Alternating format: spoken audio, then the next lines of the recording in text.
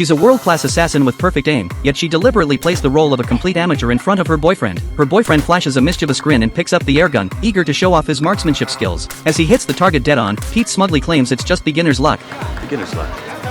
But his bragging immediately triggers Julie's competitive streak. Without saying a word, she raises the air gun again, and in the blink of an eye, she nails every single target with precision. Pete is left completely stunned, having no idea that his gorgeous, captivating girlfriend is actually a top-tier assassin just like himself. A month earlier, Pete had been waiting in a hotel to eliminate his target when sudden gunshots rang out, followed by a swarm of security guards storming into the building. Alone and quickly becoming their focus, Pete found himself in serious trouble. That's when Julie rushed into the hotel lobby in what appeared to be a panic. When several guards stopped her for questioning, she shot Pete a meaningful glance, and in that instant of eye contact, they both understood exactly what needed to happen. Pete quickly concealed his weapon while they pretended to be a couple and calmly walked out together. This was their first encounter. Having narrowly escaped death, the two celebrated at a bar that night. Despite knowing nothing about each other's backgrounds, the alcohol loosened their inhibitions, and they soon found themselves in each other's arms. They both sensed they had found their soulmate, and before long, they were walking down the aisle. What seemed like the perfect match between two people appeared destined for marital bliss. Fast forward 5 years, and the novelty and passion had gradually faded, leaving their marriage feeling routine and bland. Every day, Pete would return home promptly before 7 p.m.,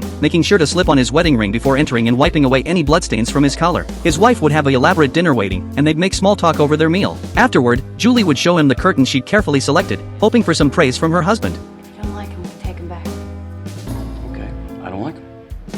You'll get used to it. One evening, Julie received a last-minute assignment and changed into black attire. She told Pete she needed to head back to the office to handle some business matters, and he didn't question it. What he didn't realize was that as soon as Julie drove away, he too slipped out of the house. Julie arrived at an upscale private club, passed through security, and was escorted to a room where a man in a bathrobe emerged from the bathroom. She deliberately removed her coat in front of this stranger, and just as he was getting a taste of what he thought was coming, she calmly put her jacket back on, attached her purse strap to a light fixture on the balcony, and gracefully leaped from the rooftop hundreds of feet above ground. Her specially designed bag transformed into a rope, allowing her to land elegantly and safely before getting into a taxi and leaving the scene without a trace. Meanwhile, Pete had made his way to a bar where he pretended to look for the restroom but instead barged into a private room where a card game was about to begin. He joined the table, and after a few rounds, he had bonded with the tough-looking players. Then another man entered, the person the other three had been waiting for, and coincidentally, Pete's target for the evening. In one swift motion, Pete drew his twin pistols and eliminated all 4 men in seconds. Julie had just arrived home and was taking off her coat when Pete returned. She quickly hid behind the closet, but fortunately, Pete didn't come her way. Late that night, both received calls from their respective organizations with new assignments. As usual, they each lied to the other about their plans. Julie claimed her father was ill and she needed to go home to care for him for a few days, while Pete said he had work issues that required a business trip to resolve. The next morning, Pete left early with his suitcase in tow.